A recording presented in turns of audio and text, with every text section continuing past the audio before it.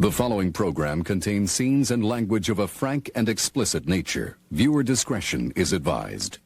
Live from Los Angeles. Hooah! Here we go! This is exciting, isn't it? We'll do it live. We'll do it live! Fuck it! Fuck it, we'll do it live! Greetings, Deado Universe. How the hell are you? It's Kyle Plouffe. Hope everybody's having a happy Monday. Here it's a little blustery and rainy, sticky even, in Boston, Massachusetts. Hope everybody has some better weather. Hope everybody had a great Father's Day yesterday. It was my second one as a daddy, so it was enjoyable. If you have your father still around, you're lucky enough to still have him around, he was good to you, hope you gave him a smooch. Or maybe just a call.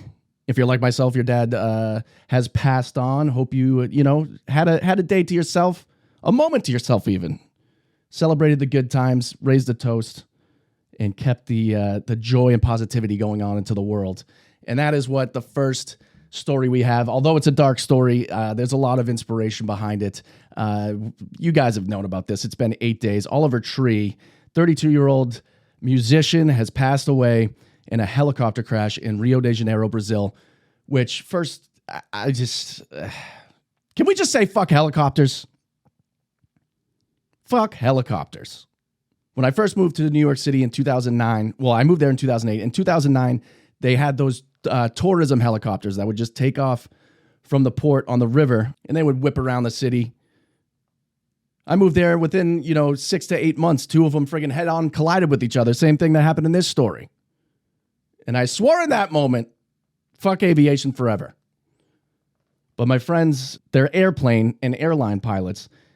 They've told me, because I had a terrible, terrible fear of flying. And they were like, Kyle, you got to understand, in an airplane, there are so many things that have to go wrong for something bad to happen.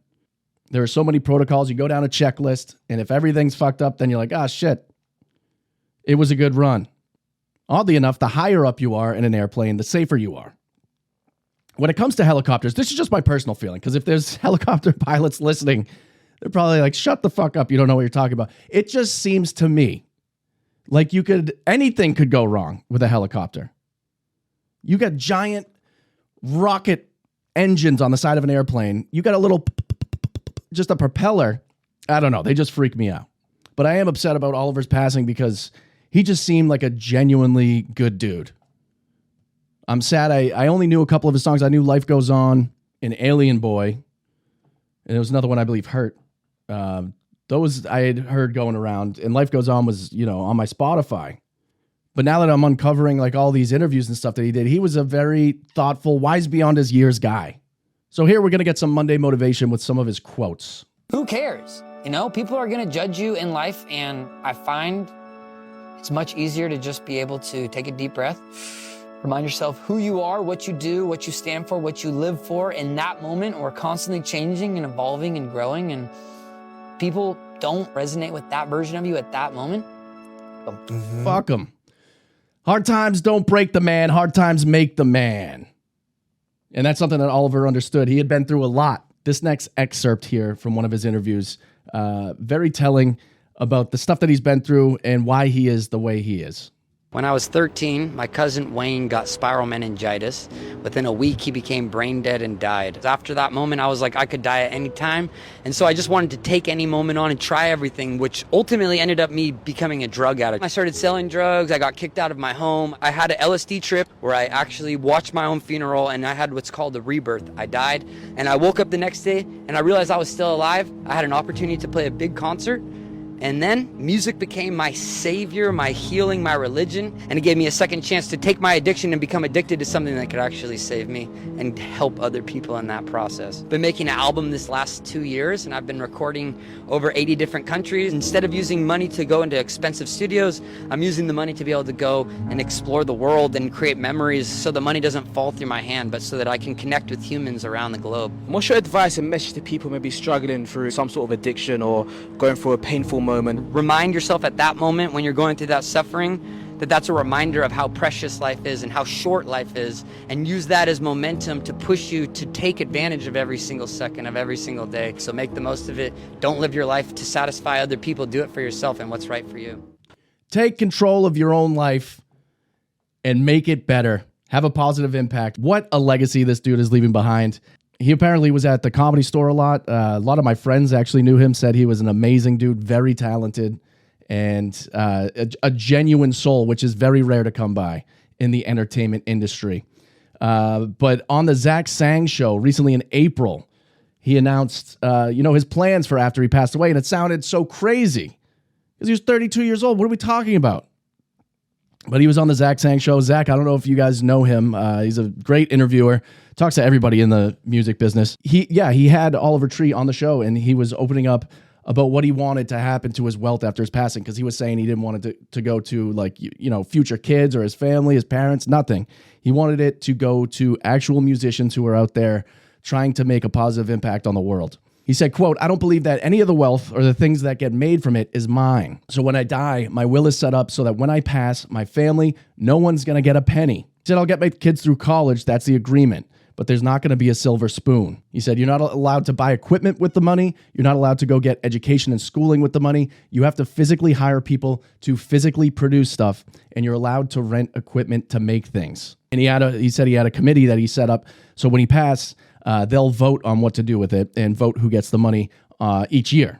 He said, because when I die, my art will have residual value and will probably be worth more than it is now, which sadly is probably true. When people pass, everyone goes back.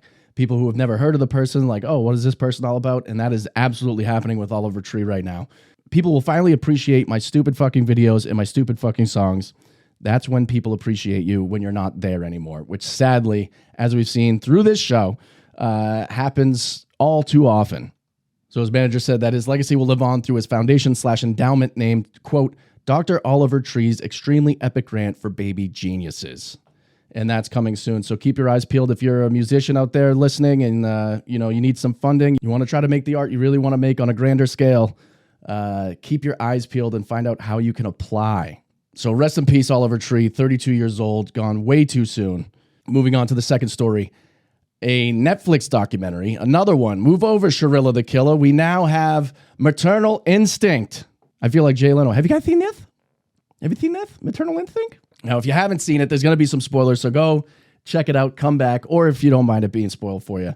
The body cam footage was making the rounds for the last couple of years. I had seen it on YouTube and Instagram, where this woman who was like, I just gave birth to a baby, and the cops immediately were like, no, you didn't. So Maternal Instinct, it was released on June 12th, so 10 days ago. It's a feature-length documentary directed by Jessica Dimmock about Taylor Parker, a piece of trash. Just an absolute lunatic that lied about every facet of their life until it literally ruined multiple people's lives. So the documentary, it begins close to the end. On October 9th, 2020, a Texas state trooper encountered a woman driving erratically. The woman was covered in blood. She had blood splatter all over her face, her shirt, some splatter on her pants, but none coming from where you would think it would be, which is the crotchular area. She claimed she had just given birth on the side of the road and was attempting to reach the hospital, because they showed, when the documentary opens up, it's just showing this cop driving through Texas. It's the dash cam footage. And then this one car just flies past with the hazards on. She gets pulled over, and she's got a baby with her with the umbilical cord attached, and she's pretending like she just gave birth to this baby. That woman's name is Taylor Parker. So Taylor, like I said, absolute garbage, had 2 children from previous relationships. Years earlier, after complications connected to an ectopic pregnancy and endometriosis, Parker underwent a hysterectomy. It was not possible for her to have kids. But as soon as she got the hysterectomy, she started having these rage episodes. It was causing her significant anger. And she was discussing surrogacy with friends and family. Would you want to have my baby? But it's just you just don't. I mean, obviously the red flags are there, but you don't know what people are up to when they're at home alone. The insane thoughts in their head. She had created dramatic illnesses, emergencies, relationships, and financial fantasies in order to manipulate the people around her. She had a bunch of former friends interviewed in the documentary, and they said that she had previously claimed to suffer from conditions including multiple sclerosis, cancer, a brain tumor, and a stroke. I mean, the worst that most people do, if you get invited to a dinner and it's getting close to it and you're like, I don't really want to go. You're like, I don't feel good. I feel like shit. She would be like, I just had a stroke. I'm going to the emergency room, which defeats the purpose of not actually going out. She just lived in a perpetual state of crisis. So in 2019, Parker met Wade Griffin, this poor son of a gun. He was a hog trapper. You just trapping that hog? Are you happy to see me?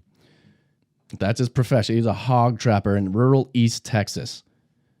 He wanted land. He wanted a ranch and a future that fit the life he was building. You know, he was a farmhand and just trying to live an honest blue collar life. And Taylor came in and she saw that and she's like, I can give it all to you, baby. She claimed she came from a family with old oil money. And she was discussing a huge inheritance of $8 million. But she said her mom's a piece of shit. She wrote me out of the will. They're trying to take this money away from me. But then all of a sudden, she's making expensive purchases for Wade and his family. She got him an $87,000 truck and promised that she was going to buy him a multi-million-dollar ranch. See, the problem with Taylor Parker's fortune was that it shared an important characteristic with her pregnancy. It was fundamentally non-existent. It was not true. She told Wade that members of her family were preventing her from receiving the money. She presented explanations for every delay. Every contradiction produced a new story. Every new story required another lie to hold it in place. It's not like she was just told one big lie. In reality, she's maintaining hundreds of smaller lies, all leaning against one another. And the house of cards could not stay standing long. Taylor went to like this Reiki instructor and was like, can you tell me if I'm pregnant? I looked in the mirror and my aura has changed.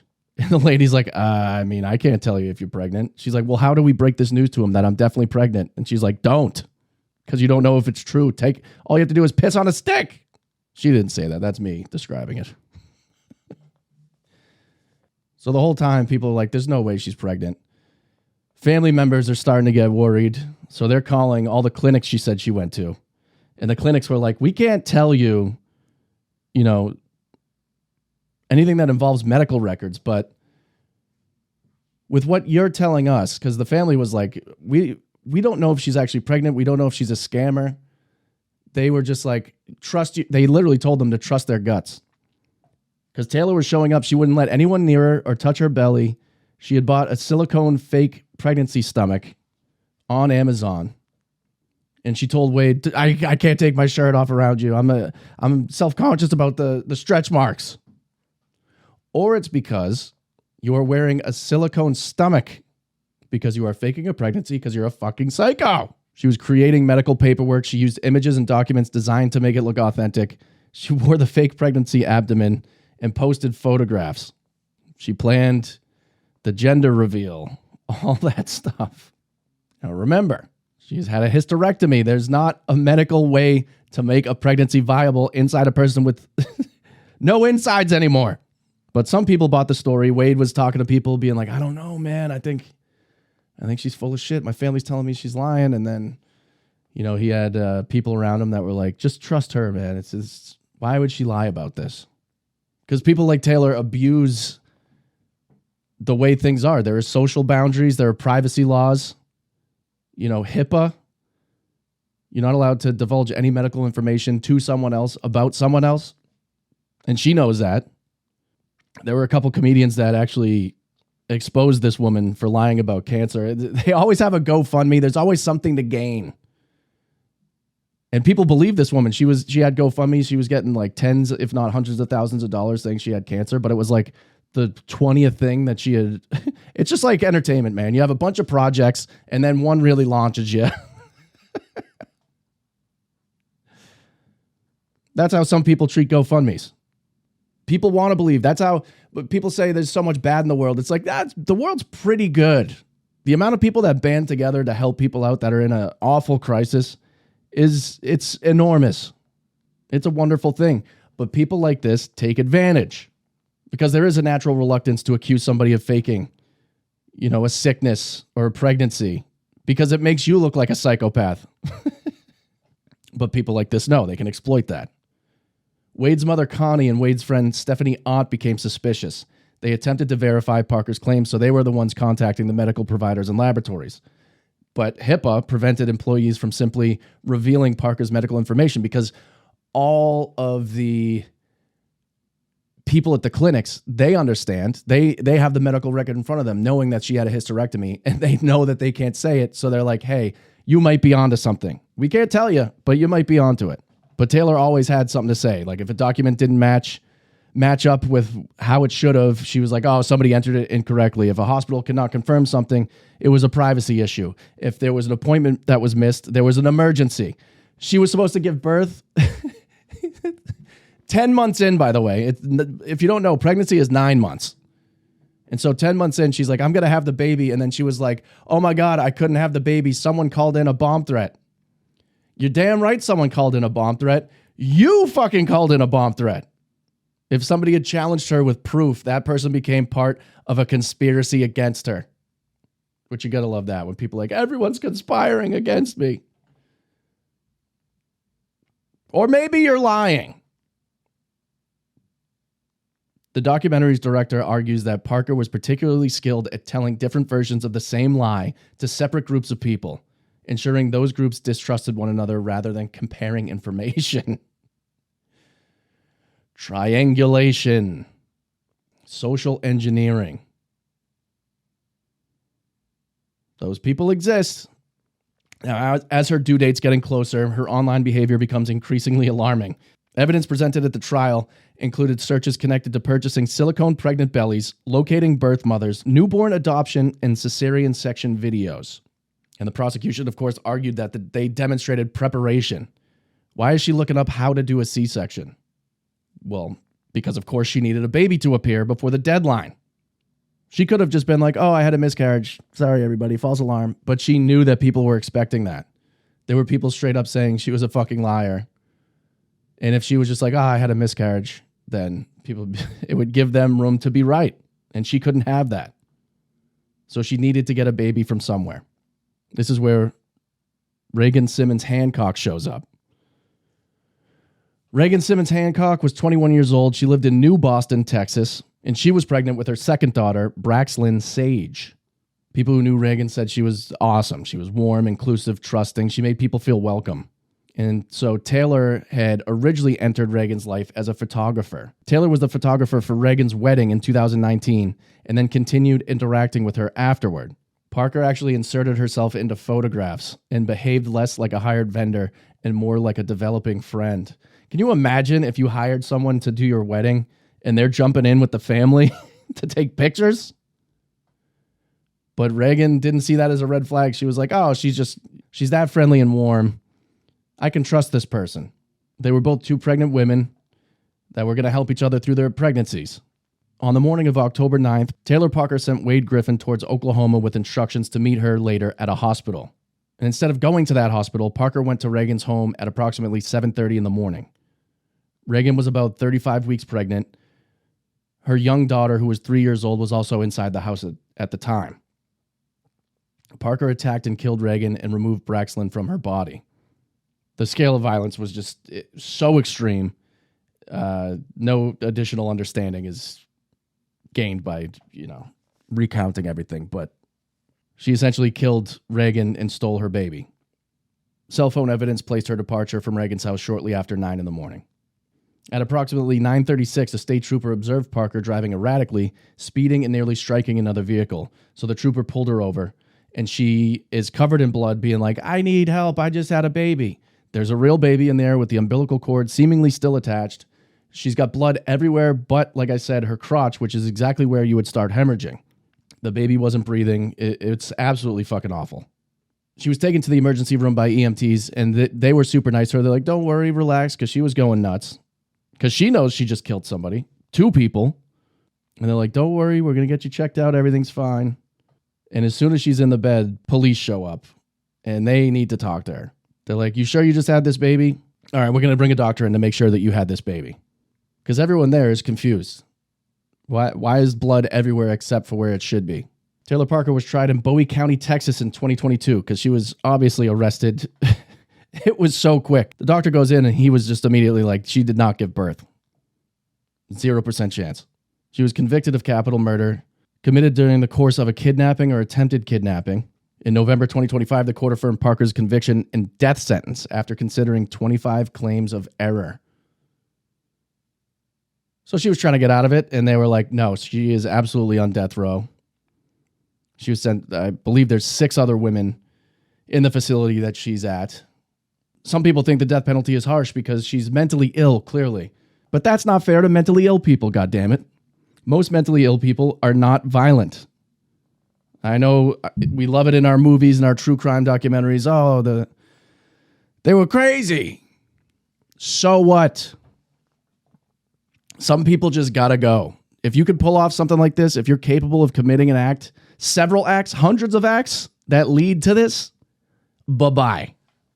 There are actually people protesting on behalf of the guy that killed Irina Zarutska, the girl in North Carolina that got her throat slit while she was just taking public transportation. Well, he's mentally ill. So what?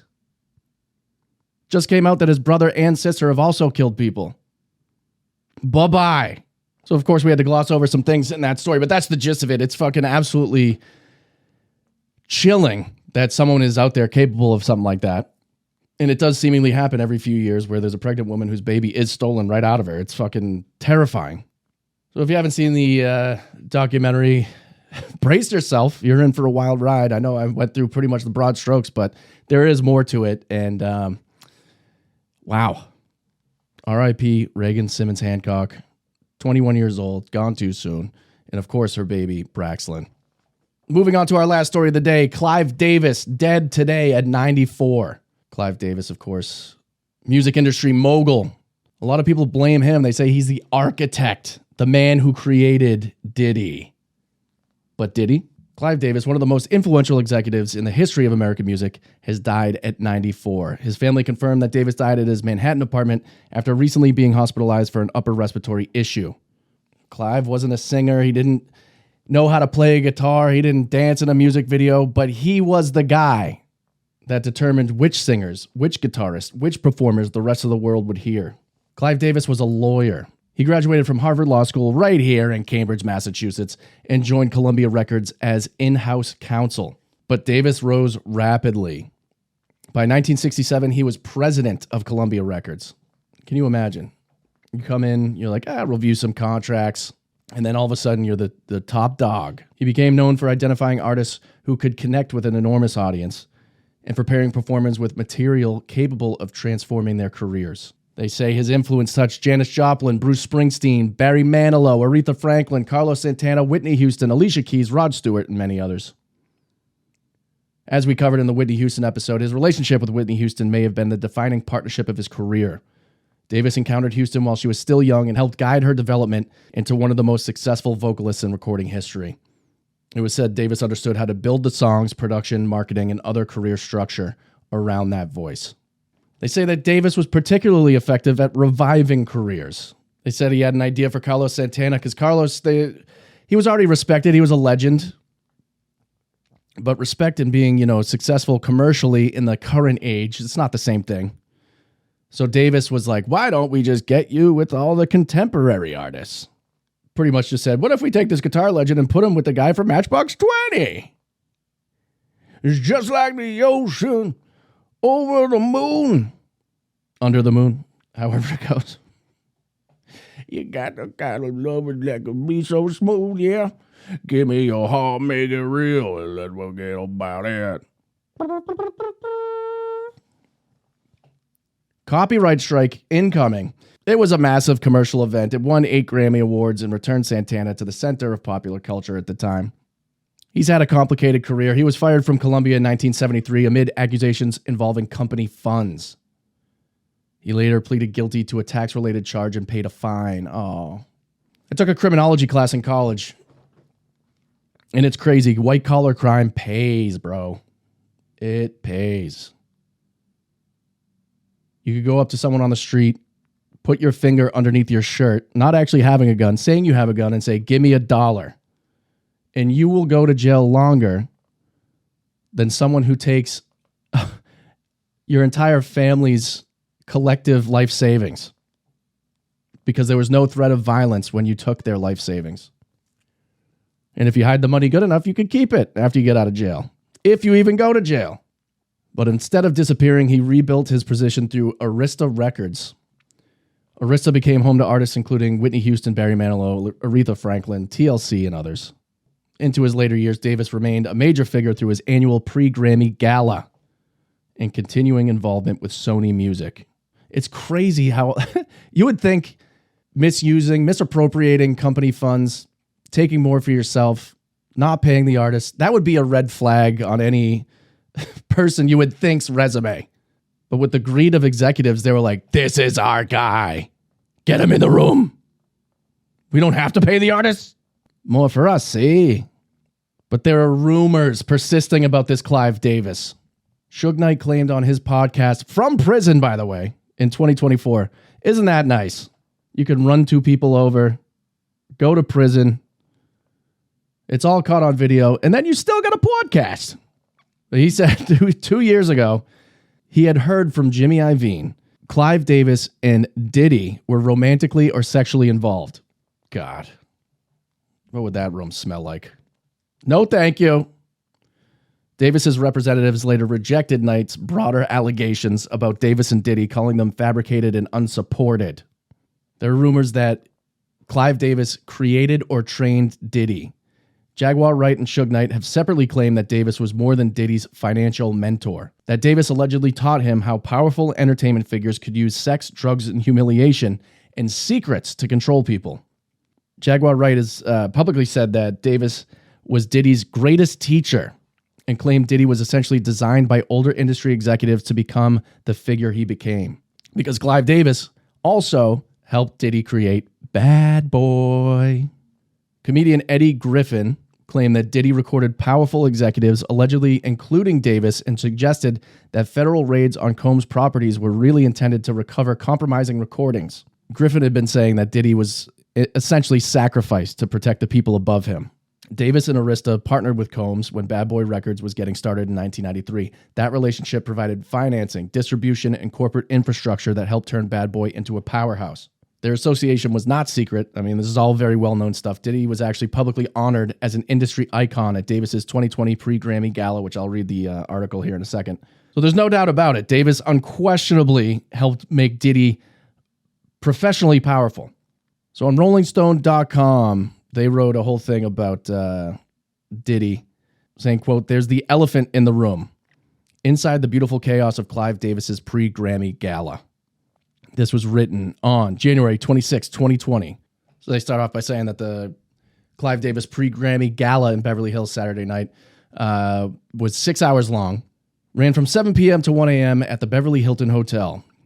Figures like Jay-Z, Beyonce, Cyndi Lauper, John Legend, Joni Mitchell, Robbie Robertson, Quincy Jones, and Jimmy Iovine could all be spotted chatting animatedly to friends and bobbing along to a lineup of glittering performances from their seats. Davis capped the night off with a Grammys Salute to Industry Icons Award to artist exec Sean Diddy Combs. Artist exec. Yuck. For all the toasting, performing, and speaking, no one directly addressed Deborah Dugan's explosive allegations about the dysfunction and corruption of the Recording Academy, which plucks the winners of each year's Grammy Awards and is meant to serve as the industry's governing organization. There was 1 million performances, and they said after that, Davis resumed to the stage for the umpteenth time to finally present the Grammys Industry Icon Award to Diddy himself, whose speech veered the night in a new direction for the first time. "I'm following in Clive's footsteps tonight. Since my dream has become reality, I'm going to take my motherfucking time," Diddy announced. So the year is 1978. The writer says, "The wine at everybody's tables was drained. Desserts had long been taken away. Many of the patient celebrities were already wiggling themselves into the coats and hiding yawns behind their hands.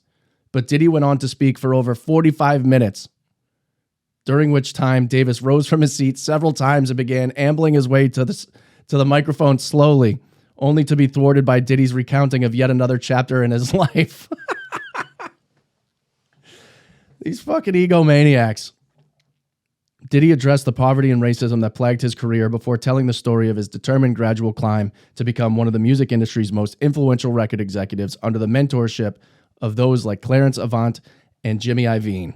Hip-hop, we're making money now, he shouted at one point, to rousing cheers from fellow artists like Jay-Z, Chance the Rapper, and Nas.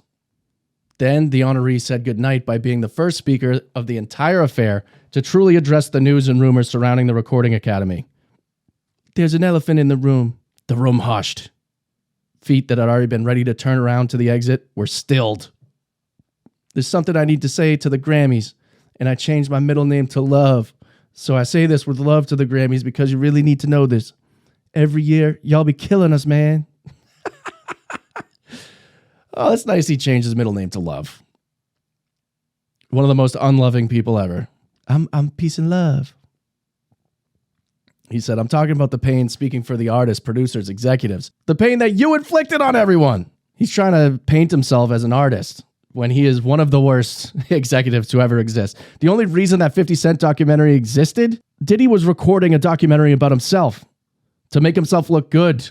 And then he stiffed those guys who recorded everything. They're like, all right, you owe us this much. And he's like, fuck you, baby. It's all love.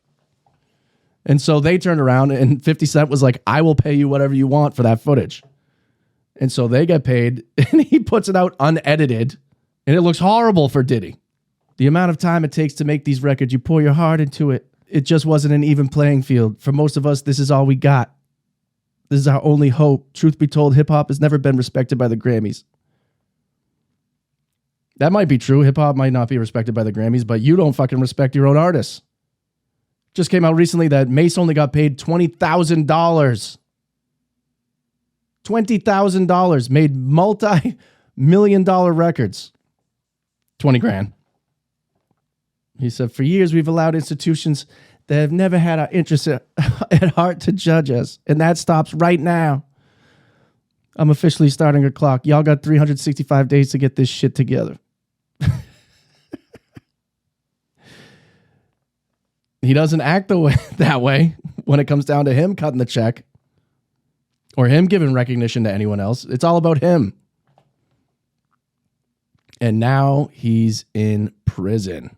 So yeah, who knows? Clive Davis is gone. He will never fully address the allegations, the rumors that he is the architect that created the monster we know as Diddy, as Love.